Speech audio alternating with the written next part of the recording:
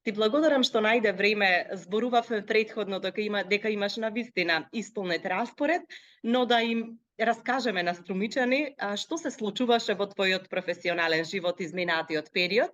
Имено имаше еден навистина прекрасен настап од она што успеавме во кратките видеа и фотографии да го видиме во Кримската палата во Москва. За каков настап стануваше збор, како дојде до оваа соработка, до оваа покана? До овој настап стигна така што јас во 2018 бев на натпревар во Москва и пеев руски романси. На мое изненадување ја освоив првата награда. Навистина јас не очекував со оглед на сите колеги пејачи кои беа присутни. Обично имаме некоја замисла кога одиме на некој натпревар и знаеме кои ни се можностите, што можеме од прилика да направиме или да освоиме некоја награда.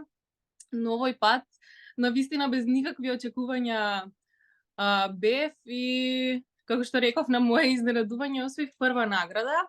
Така се случи и овој настап, поради победата ме поканија и искрено не очекував, затоа што помина доста време поради короната и моменталната ситуација во Русија, но еве се одлучив да им отидам на гости, како што ми кажаа и тие. И чувството е неопишливо. Беше тоа? Колкумина Да. учесници имаше? Што се пееше? Каков беше репертоарот на таа вечер? Репертоарот беше исклучиво со руски романси, имаше учесници од многу држави. Бев окружена со колеги од Русија, од Кипар, од Јужна Кореја, од Узбекистан, Киргистан и од Бугарија.